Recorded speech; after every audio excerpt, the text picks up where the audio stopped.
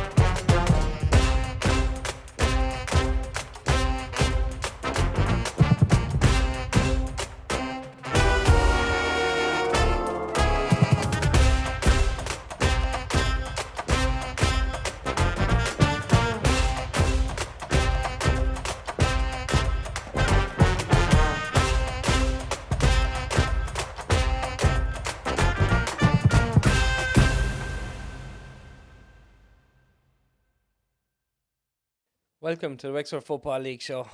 Tonight I'm actually joined by a new person tonight, John. I want to welcome John Murphy. Thanks, Aidan.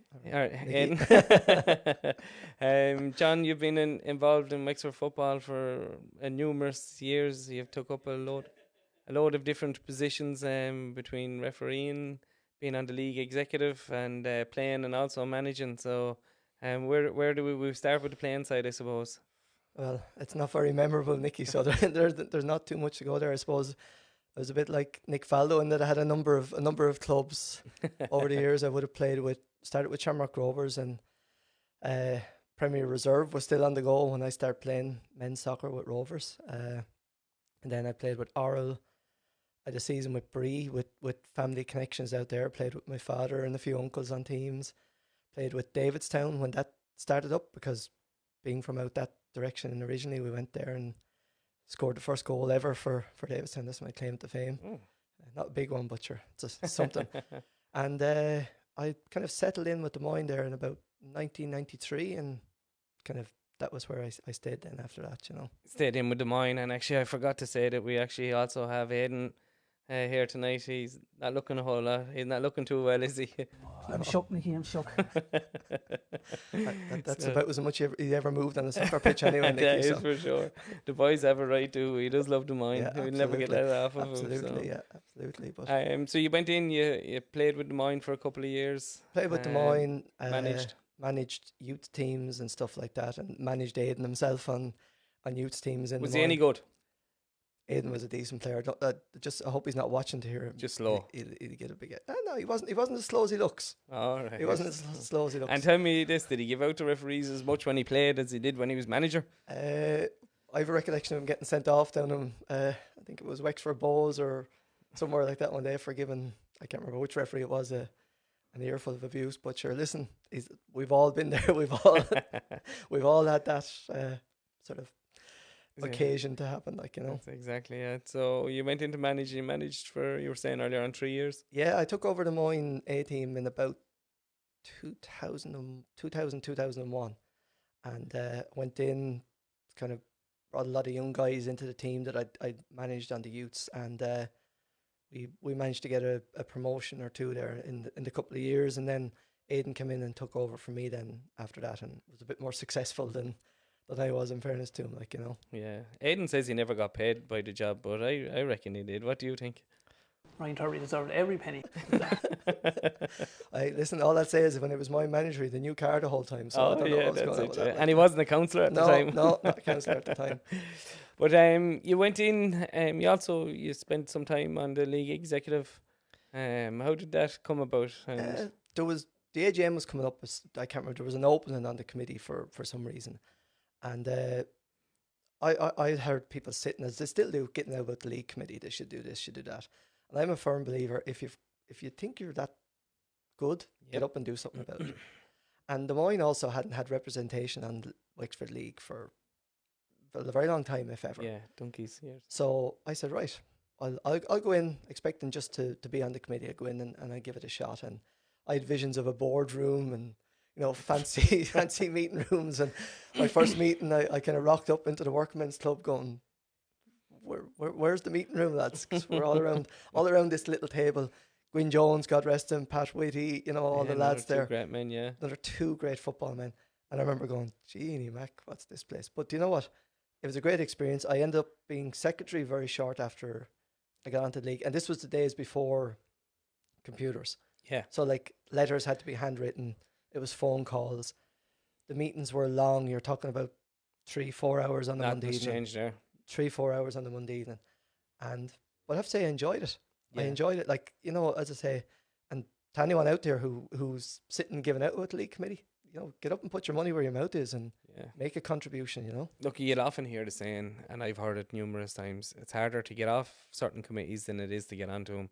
And the same thing, like I joined the Wexford League there 2.5 years ago, and like there's nights you go down, you just want to pull your hair out. But then there is rewarding things if you see stuff that you can look forward to being involved in. Like obviously with Dennis Corty coming on the grounds and all that kind of stuff, there is stuff there that you do.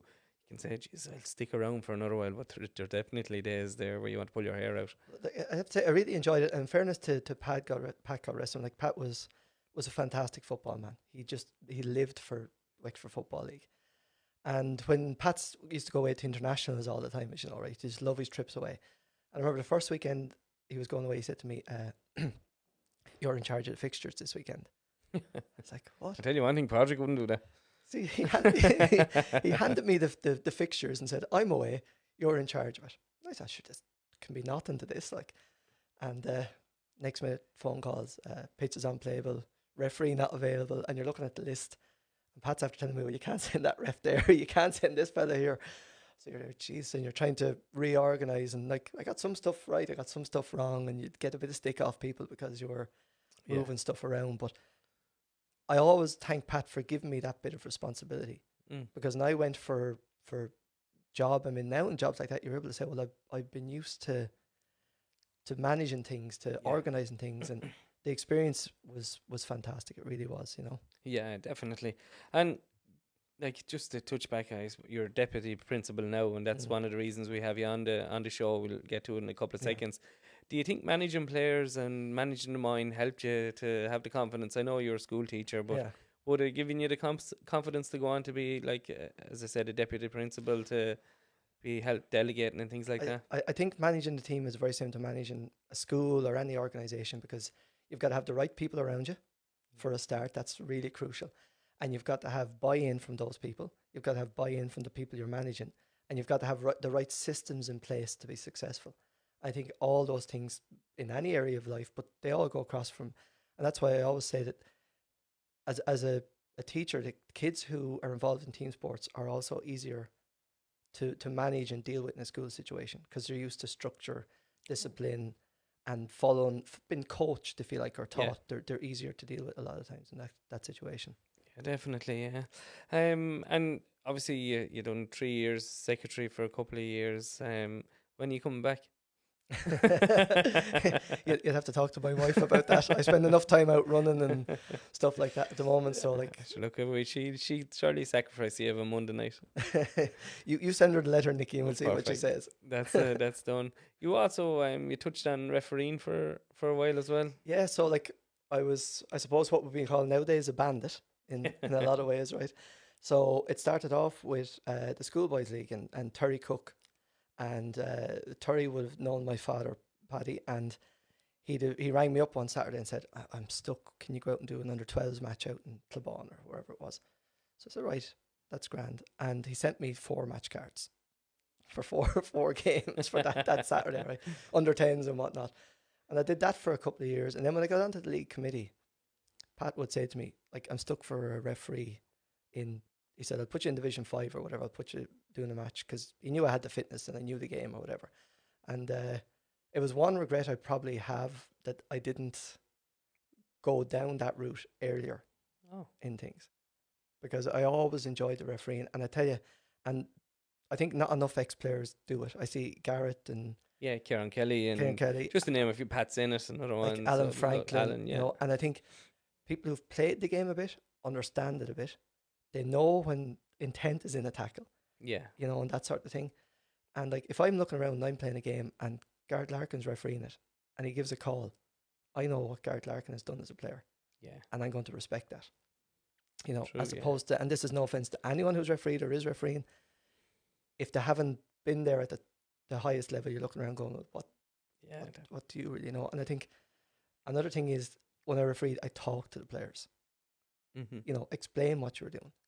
And there's some referees out there that are really good at doing that, and some of them are not. And I think that's what causes the frustration that, as managers on the sideline, we're letting roars. Like when I was on the league committee, Occasionally. when I was on the league committee, I ended up in front of the committee Oh, jeez. over a certain referee one time because his performance was awful on the day.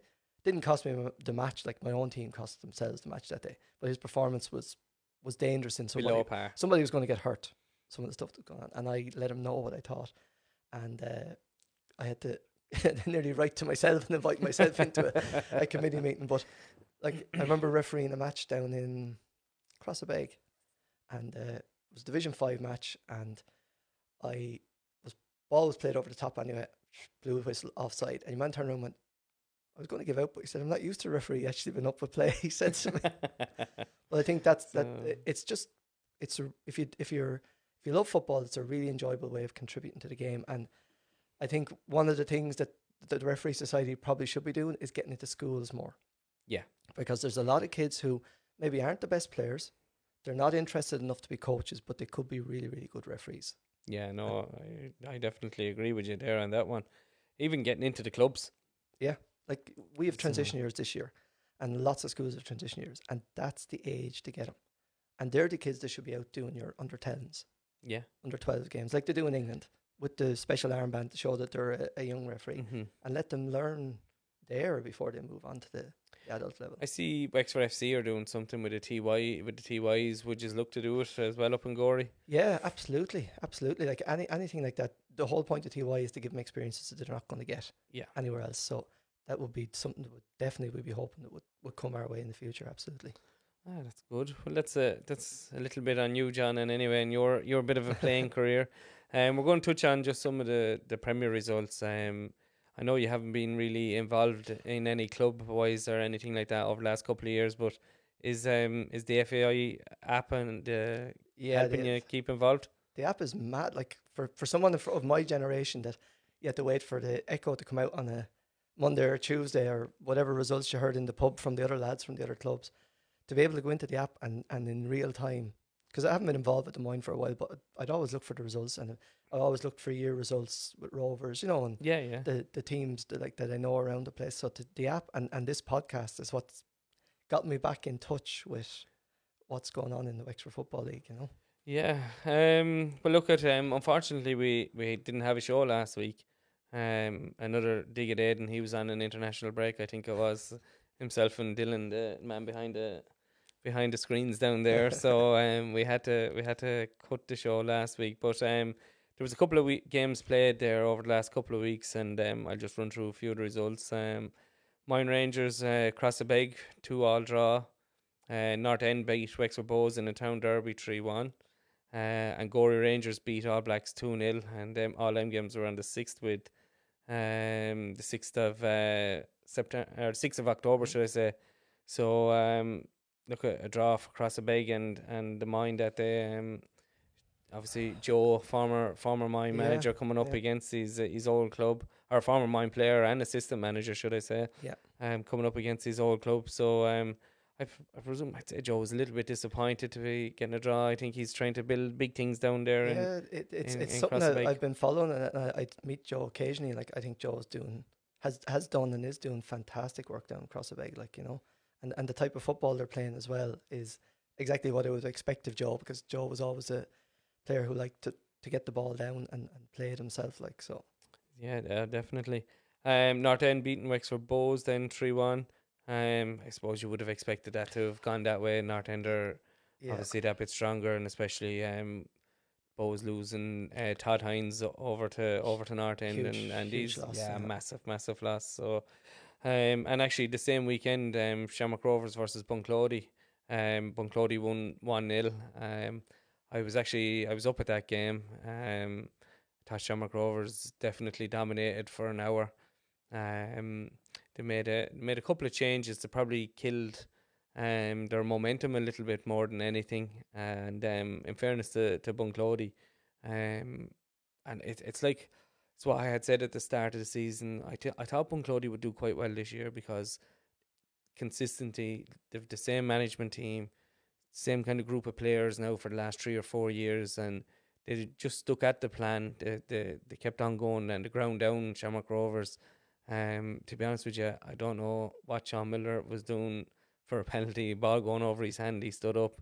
I actually told him to tell everybody he was calling for offside. It was that bad of a handball. I'd heard about the handball, So, all right. yeah, I'd so, heard it was fairly late. yeah, look at now. In fairness, Sean's first game back in a long time. I thought he played really, really well for Rovers, but they'd have been definitely disappointed to have dropped the 3 points there because they had a number of chances to win that game, and they should have been near enough out of sight. But as I said, the consistency with Bunclody, they kept themselves in it, they ground it down, and they ended up coming out with a really good 1-0 win up in Peter Quinn Park. Like, as you say, disappointing for Rovers at home in particular.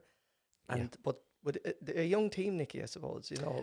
Yeah, a bit of a mixture. Of a few older lads coming Yeah. back in with Sean and Podge. Podge Doyle was really, really good coming back in, and Bunclody should strengthen. Hopefully, like Aaron Dunn was really, really good last year, and I know he's playing with the B team, but in Bunclody this year. But a chap like him, you'd love to see him in the Premier. You'd love to see him up testing himself out against your Ian Sinnott's, your Gary Delaney's, and these lads who are like of the best centre backs to have played in Wexford. Never mind just over the last couple of years, and you'd love to see Aaron Dunn in that because these are the only way you'll see the likes of your Bunclodys and these catching up on your North End and Goreys to keep all their good players. Yeah, you have to bridge that gap, and Des Moines did it back at the time when they won the league. Was they brought through these players, kept them together as Bunclody are doing as a core, and then were able to add a few. And you did it yourself, and yeah, that's the key. And I think maybe for Rovers at the moment, it's that balance. It's finding the balance is going to be key for them. Like, you know, and yeah, that's exactly it. And then sure we'll move on to the games. There was only 2 games played. The weekend gone out in the Premier because there was a lot of FAI games played over the weekend, and we'll start off with the first one. Another good win for Bunclody, beating Ferns 2-1.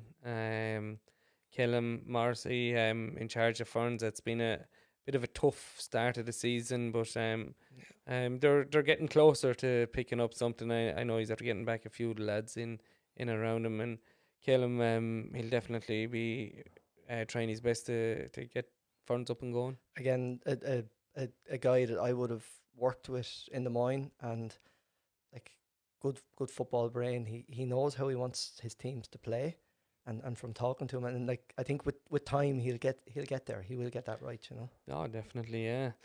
And Jesus is all in Des Moines tonight when Aidan's not here. The last game played in the Premier of the weekend was Moyne Shamrock Rovers. Finished 1-1 draw. Yeah. I was actually up at that one as well. I don't know about you, John, but are the derbies gone too nice? Well, there wasn't a slap in it. Do you know, Peter O'Rourke got booked for running into somebody. Yeah. Do you know, like there was no. Definitely back when I was playing, you didn't want to play United. You didn't. I remember going to play Shamrock Rovers and Ray Doyle marking me, and I went to school with Ray. I'm very good friends with Ray, and Ray kicking 10 colours, whatever, out of me for 90 minutes, like, you know. And lads that I would have went to school with, every tackle was like fiercely contested. And I think, and you know, I've had this conversation with Aidan about the difference between back when I played and now, right? And the standard is definitely higher, but I think the level of aggression has definitely dropped off in the game. Yeah, right? And some of it good. Some of it good, but I think now that lads are, and in a good way, are so concentrated on playing the ball and the man thing is kind of, it's old school. But they're so, for me, I think sometimes they're so concentrating on playing the ball, and when they have it, they're forgetting what it's like to win the ball back. Yeah, do you know, like, and that's equally as important as doing it when you have the ball. Do you know, but I know. Look at it. In fairness, it was a good game of football. Two, I would say, Darren Keaton won't be happy with me, but 2 dubious penalties. They were both a little bit. Now I can definitely see why both were given, but like there were two penalties. in fairness to the Mind, they went 1-0 up. I thought Rovers probably shaded it a little bit again. I was happy to see the Mind show a bit of character, to be honest with you. Like they got turned over against Rathnure a couple of weeks ago in Leinster Junior Cup, 3-0 up, and end up losing the game 3-0 or 5-3, should I say? And they're showing a bit of character now against Crossabeg, and showed a little bit again against Shamrock Rovers, and Probably need to pick up a win. could do, Yeah, yeah. And look, they weren't too far off of it. Fairness, they went 1-0 up, they steadied their ship. Shamrock Rovers won a penalty.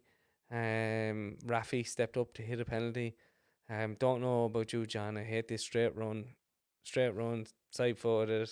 In fairness to Anto Larkin, guessed right, pushed it around the post. But the Mine were still celebrating the corner, or still celebrating the penalty being saved, and when Shamrock Rovers had took the corner. And I'm not sure whether it was a first touch or a volley by Eddie Black, but he stuck it in the roof of the net for Shamrock Rovers, and Eddie was delighted coming back out now, in fairness to him. And look at Rovers had probably one or two chances towards the end to maybe have snatched it, but I would have said overall a draw was probably the fairest result. Where are you on fellas missing penalties, Nicky? What's your take as a coach? Well, the one thing I never done is I never told somebody they had to take a penalty. Because somebody might be struggling themselves in a game or whatever. They might think themselves that, look, it's not going right for me today. So whoever was confident, I always kind of used to let them take a ball, unless there was two lads like Ricky Fox wanted to take every penalty, and 9 times out of 10 he scored them, so you'd let him go ahead. But if there was somebody else that was wanting to step up and hit a penalty, I'd like him. But I'd like a lad to take a good run at it. And I took him for the Moyne for the A team for many years. I took all the penalties, and when I took over, I'm a firm believer that you had a penalty taker. Yeah. And do you have time for a little story? This is a funny story. He's going to be very embarrassed when I tell it. Okay. You know Brian Davis? Oh yeah, Mouse. Mouse was my penalty taker, and we played in. Jesus, you didn't have a whole lot of options. No, I didn't know. In fairness, but it gets worse. We were playing in a cup match, and we got a penalty. Mouse went up, missed it. Right, that was grand. Second penalty we got in the second half. Mo said, "No, I'll get this one." Stood up, missed it again. The game went to penalties. He didn't. He missed the third one in the penalty. Hat-trick in penalties. Yeah. And he was your penalty taker? He was my penalty taker. I was right. Well, that was the end of his penalty. He didn't have a whole lot of options. That was his end of his penalty taking career. But I always believe you had to have a penalty taker, but it's just different approaches. Yeah, yeah. Look, and that's what football's about. Everybody has a different way of doing different things. We've only one fixture coming up in the Premier this weekend, and it's Bunclody at home to All Blacks. I won't say it's a must-win game for All Blacks, but they definitely will want to be getting their season up and running. They've played 2, drew 1, lost 1, so they're sitting on a point. While Bunclody have played 3, 1, 2, lost 1, so they're up under 6 points. So it's a tough away trip for All Blacks. Yeah, tough away trip, and they'll definitely look to try and get something out of that, won't they? They'll have to be solid going up to Bunclody. Yeah, they'll have to be very solid, because Bunclody won't give them much either. Like, so, it could be another draw, I'd say, Nicky. Oh yeah, could well be, yeah. So just a quick run through the table then. North End on top, Bunclody second, Fort Celtic third, Gorey fourth, Crossabeg 5th, Shamrock Rovers 6th, Moyne 7th, All Blacks 8th, Ferns 9th, and Ross Celtic 10th, and Wexford Bows in last position. So the table's starting to take place. Once you get to around 4 or 5 games into a season, I know a lot of clubs have only played 2, but once you get into them couple of games, you normally see where it's going to start shaping up, won't you? The usual suspects starting to drift towards the top of the table. Yes, that's exactly it. So, John, you're with us tonight. You have something big coming up in a couple of weeks' time up in Gorey. Yeah, so we're a brand new school. We're only open since 2021, Educate Together Secondary School, and we've opened our autism class this year. And as with all these things, and Aidan's not here to dig about politicians, but these things are severely... Brian Tuberty was worth all the money. Brian Tuberty deserved every penny. These things are always severely underfunded. So we need to raise some funds towards providing the equipment and everything that's needed for that room. So we spoke about what we would do. So we came up with an idea of a fundraiser that involved getting in some, well-known soccer celebrities to do a kind of on-stage bit like this kind of chat with a presenter, with an audience, and sort of tell stories. So we have Steve Staunton, and Alan Kelly coming to the Amber Springs on the 6th of November. It promises to be a really, really good night because obviously Steve Staunton goes across the good Liverpool teams, the not Great so good, Liverpool, great Aston Villa. yeah, great Aston Villa, the not so good Liverpool teams, great Ireland teams, and into his period as manager. And obviously Saipan is in there, which both he and Alan Kelly were Part of the a big squad, part of, wasn't it? because Yeah. Staunton took over from Keane as captain actually when That's true. when Keane left. So it promises to be a really, really good night. The tickets are on sale from the school. If you want to contact the school, there's a Live with Legends Facebook page as well, and Eventbrite, which I'll try and get We'll get the link set up Yeah, on the page. The Yeah. boys will do that. There's no point Absolutely. asking me, but the So- boys will look after all that. The tickets are 25 quid each, which I think is reasonable for what promises to be a really entertaining night. Like I'm looking forward to lots of stories of behind the scenes stuff, like which promises to be there on the night, and all the money is going to a really, really, really good cause. Like, so Yeah, geez, great. So Friday the 6th of November, it's 8 o'clock, actually, is it? I think it's Wednesday. Oh, Wednesday. Wednesday the 6th of November. Wednesday 6th of November.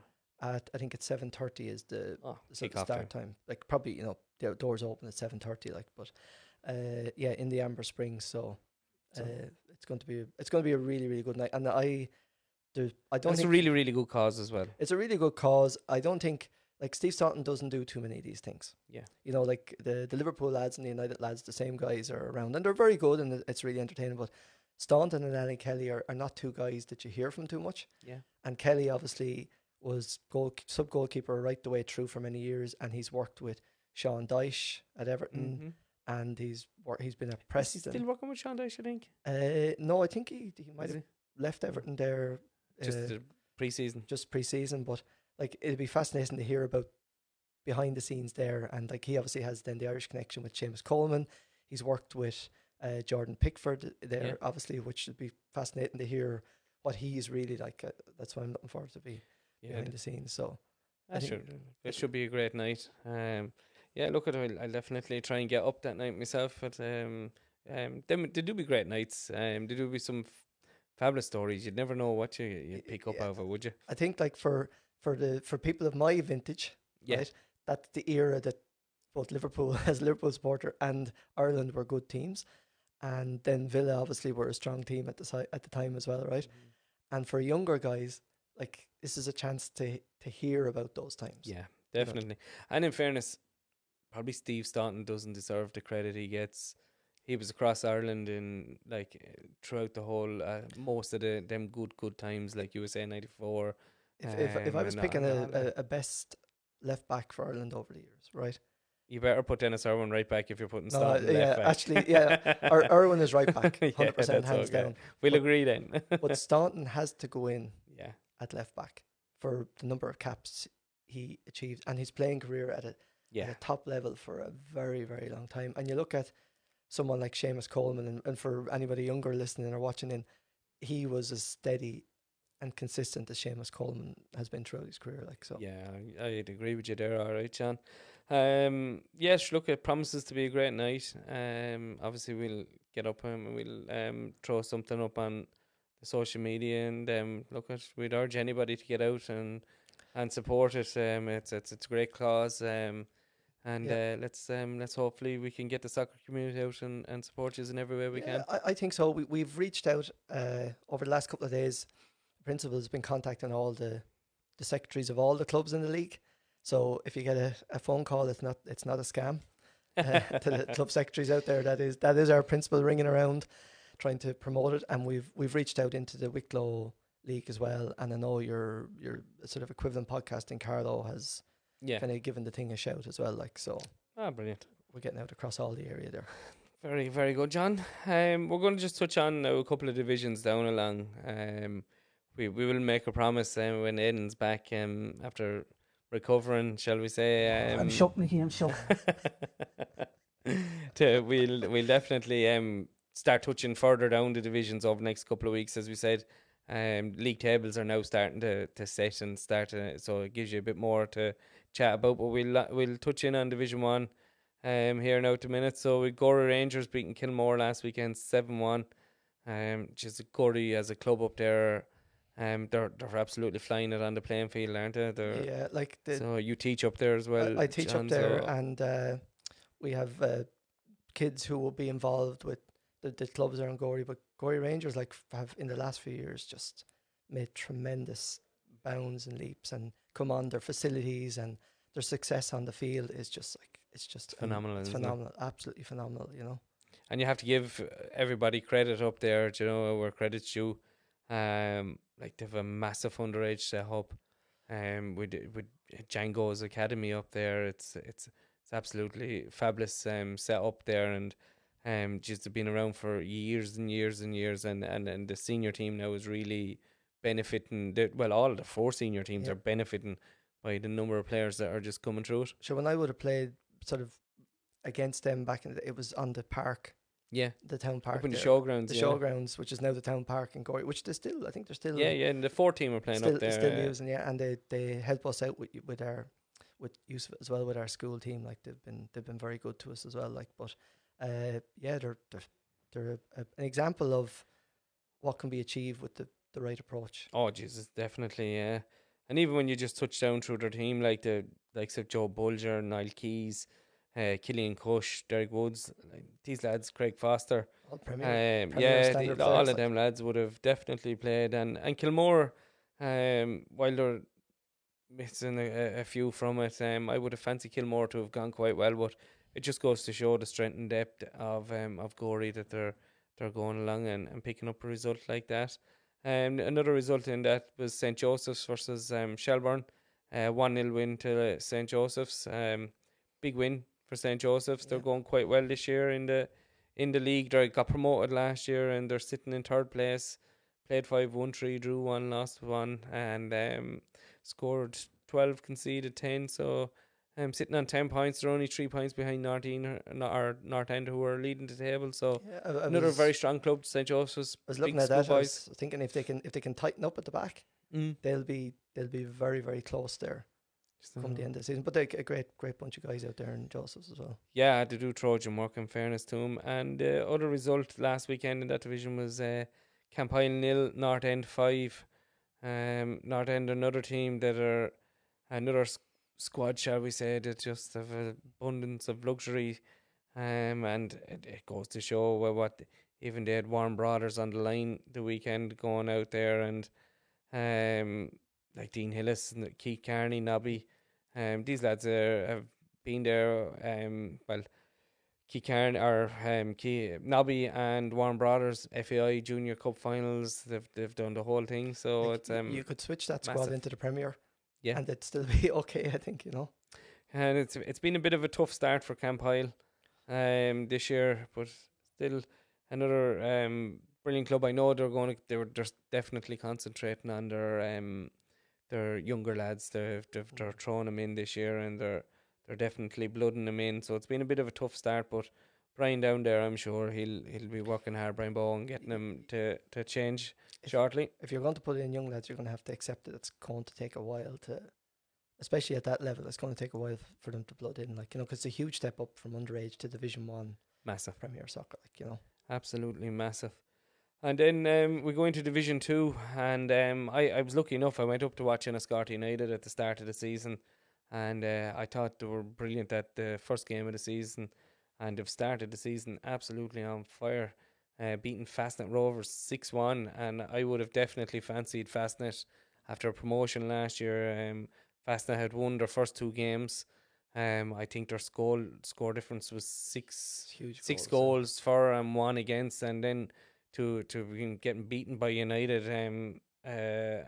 Now it was up in Enniscorthy United, but to be beaten by him, a massive result for Enniscorthy United, and could be a hammer blow for, or not. It wasn't. It was down in Fastnet, should I say? It was a hammer blow for Fastnet. Like United are doing good things there as well. Like they're trying to get their coaching set up. They have got their coaching set up. Yeah, set up really well. Like Boogie's in there. Boogie's really good coach. We got blamed for mentioning him too much last year, so we'll just leave it Leave at that. alone, yeah. We're going to give the credit to Bill Wrigley instead. Yeah. Like, again, they're always a team when I played. You never looked forward to playing United. Yeah. You always got a game. It was a hellhole, wasn't it? Yeah. Walking down between the houses, down in Sean Brown's court, Yeah. down into the pitch. But it was Tight always a little lovely pitch. little pitch, though, isn't it? Oh yeah, Do lovely you pitch know? to play on, but you knew no matter who United had on the field, you were getting a game. Yeah. And I think they've now managed to bring the football up to match the sort of passion that's there in Yeah. the club, like, you know. I know they're going really, really well. Also in that division, Ballamurn 3, Fort Celtic 3, Wexford Bows 1, Camolan 0, Bridge Rovers 4, Clubon 2, and Carclaw United 1 and Tom Brack 2. So a massive win for Tom Brack in that. That keeps Tom Brack touching there. They're 3 out of 3, and Escort United are 5 out of 5. Bridge Rovers have 6 played, but they're on 11 points, so they're a couple of points behind Enniscorthy United. But I wouldn't be ruling out Ballamurn just yet. They've had a bit of a tough season. Glenbrine, Ballamurn, both in the GA, so they'll hopefully, obviously Vinny and them, and hopefully they'll strengthen up. Couple of big clubs in it. John, from your time, like, you see Rosslare Rangers struggling a little bit of it. Curraclaw, are you surprised to see? Yeah, like when I was playing, they were clubs that were always like, we'd have been playing their second teams. You know, that's where we were in Division 3 when I took over the mine, and we'd have been playing second teams from Rosslare and Curraclaw and stuff. So yeah, like, I suppose clubs go in cycles like that. Yeah, It does, you know. And if you happen to be in an area where maybe the GA team is successful, not to, I know Aidan goes on about the GA a bit, but like you noticed it as well. They deserved every penny. but it does, especially if you've got a reasonably small panel and you've lads missing for 6-7 weeks with GA, by the time they come back, you're too far behind Yeah, no, to do things. But like, again, like, great setup down in Curraclaw, great setup in Rosslare Rangers. It will come back around for them. yeah. It will come back around. Just, I suppose you're definitely a neutral on it. Like, what do you think of it? Like, I look at Fort Celtic this year, and I thought they made 3 brilliant signings. Not only in the calibre of player, they signed Sean Carmody, they signed Kieran Carty and Evan Farrell, but predominantly footballers. So when they lose their 3 or 4 lads to GA, they still have 3 or 4 lads coming in, in to do it. And for me, Fort Celtic are a club, they could be sitting there moaning and whinging and saying, oh, we don't want to play, we don't want to do this. But they went on the other foot. They went and signed 3 predominantly footballers. I'd love to see more of clubs doing maybe something like that. Or do you see a happy medium there for GA lads and soccer lads? Like, you can never tell a lad to play GA or soccer. Well, I wouldn't anyway, right? And the GA and the soccer are never going to sit down and work out a schedule. So to be successful now at the upper levels of junior soccer, you have to be carrying a squad. Yeah. A big squad. So if you know you have 3 or 4 guys out, you've got to have 3 or 4 guys there that can match what you're losing for that period of time. And then when they come back, then obviously you have a much stronger abundance then of talent, haven't you? Squad to work at. And ultimately what that should mean is that your second team is strengthened a little bit. Because I think sometimes the gap between the first and second team is an issue. You know, as a manager, you're looking at the second team, and I was there myself, and you're going, what can I bring up? Like, if your first team is in Division 2 and your second team is in Division 5, that's a massive jump. Some guys can make it, but a lot of guys, it is too big of a jump in one go. So you need to have that big squad to carry. So, like, if you want to be successful, you've got to do it. Yeah, I know it is, and you'd have to say fair play to Fort Celtic on doing that. We touch in Division 3 now, and you had Shamrock Rovers 1, Aldgate 2. And I had a quick look at the Aldgate team the other day. Paul Burns, top class goalkeeper. Paddy Casey, Shamey Casey, Jamie Ronan. They're just to name 4 chaps who I know who've played Premier football in the last couple of years. So if there's any gamblers out there, you should be backing Aldgate over the next couple of weeks, because whatever price they are now, they're not going to be that in a couple of weeks. They're top players. Slowly, Aldgate are are kind of, I've noticed that they're making, they're on an upward trajectory. Yeah, Definitely. definitely. Yeah, and look at their Dahi O'Mahony is another one. Like He's a class player. top class. Dahi was really really good. And did a good 2-1 win because it was quite strong. Shamrock Rovers B team there. I just had a quick look down through it. So that was a good win for Aldgate in Shamrock Rovers. But look at when you're starting with a goalkeeper like Paul Burns in your goal. I was lucky enough to work with Paul. I know how good he is. I worked also with Shamey. We didn't have enough. I would have loved to have had Shamey. Shamey was in with us the year that Des Moines won the Premier, and I genuinely, I think if we'd kept Shamey for that year, he ended up going in with the senior hurlers. I think we'd have won could have won the Premier because he's a great goal scorer and an overall really really nice lad. Paddy there as well, like so they've definitely strength. They've a front three there is Jamie Casey and Jamie Ronan are very very very good players. With Cosgrave there up top, like they're going to be a handful for anybody in that division and further up along the division. New Rosstown, a massive 9-1 win over Wexford Celtic. The Rosstown lads were fresh after their youths game was called off on Saturday, so obviously that helped them. Yeah. Adamstown 2-1 winners over Killarney. Bree, another club who are doing great things out there out in Bree. One of my former clubs. Yeah, a great 6-3 win over Gorey Celtic, Gorey Celtic looked like they're after turning a bit of a corner and they're going quite well. And a massive win for Bunclody, 1-0 at home to Duncannon, and Bunclody after having a couple of really tough weeks after Sevi passing away and even Peter Babby, Laura Marcianum as well, another one, a big Bunclody supporter. You would have seen him up, so it's been a tough couple of weeks up there for Bunclody, and they're still rolling out the results, both A team and B team. And in that division then we have Bree on top with Rosstown should I say, both joined on 12 points. Bunclody coming in third then on 10 points. And then there's a run then of Adamstown, Duncannon, Shamrock Rovers, Gorey Celtic, and I suppose the surprise bunch, they've only played 3, so they've won 2, drew 1 is Aldgate. They're sitting on 6 points. You would expect them to close the gap now shortly. And Killarney, St Leonard's and St Joseph's are fighting it out down the bottom. Or not St Joseph's, Wexford Celtic, St Leonard's, sorry. That Division 3 is it's the turning point, I think, for any club.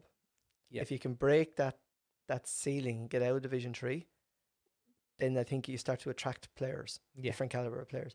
But if you start going the other way, then you have the opposite problem. You know, a lot of the guys, the better players, probably don't want to play in Division 4, Division 5. Yeah. You know, so I think it's a real crucial moment for, say, clubs like Aldgate. Yeah. To push out that division if they can, like, you know. Yeah, definitely. Aldgate and Bree, both 2 first teams, definitely looking like they want to progress. And obviously they're first teams, so look at the 2 of them look quite good.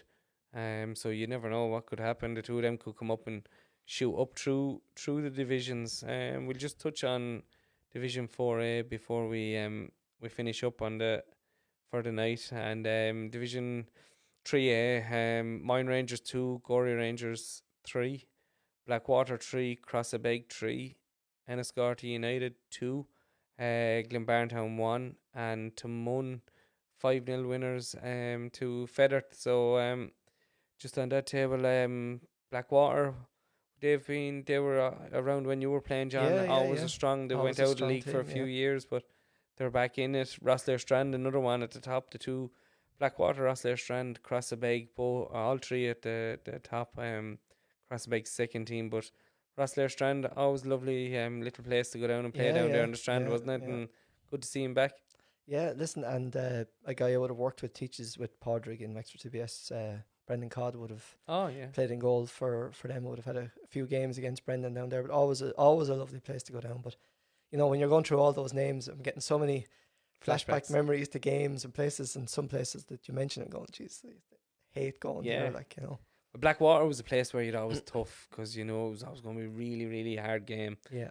I suppose I never really played Rosslare or Strand when I was older. I can always remember going down as a child. I remember they had the playground beside it. That's right. Yeah, So you'd yeah. have 20 minutes on the playground before you got the bus to go home. Yeah.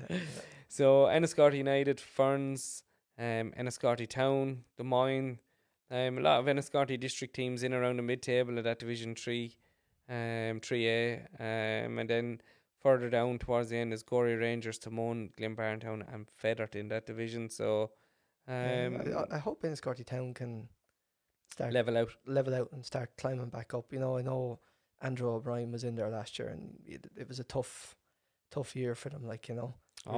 Results didn't go the way that they'd liked, even though they tried all sorts of stuff to try and to get it to go right. But I think the town of Enniscorthy and the league needs a competitive Enniscorthy Town team.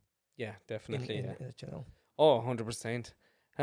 There's a lot of games outside of the competitions this weekend. There's the LFA competition coming on, so we're not going to really run through all of them. They're all up on the app. There's a massive amount of games. Hopefully Aidan will be back next week, lads, with us, and we can we'll definitely be dropping down through divisions and touching on the divisions down.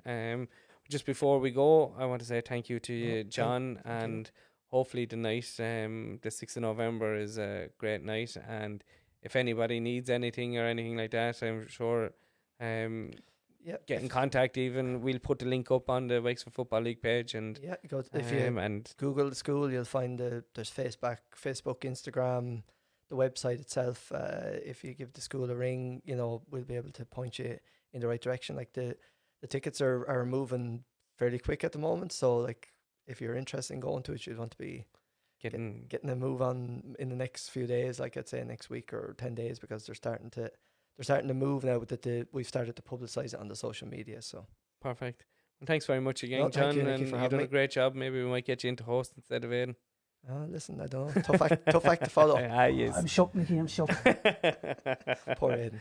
Poor Aidan. Thanks, John. Bye-bye. Thanks. Welcome to the Wexford Football League Show.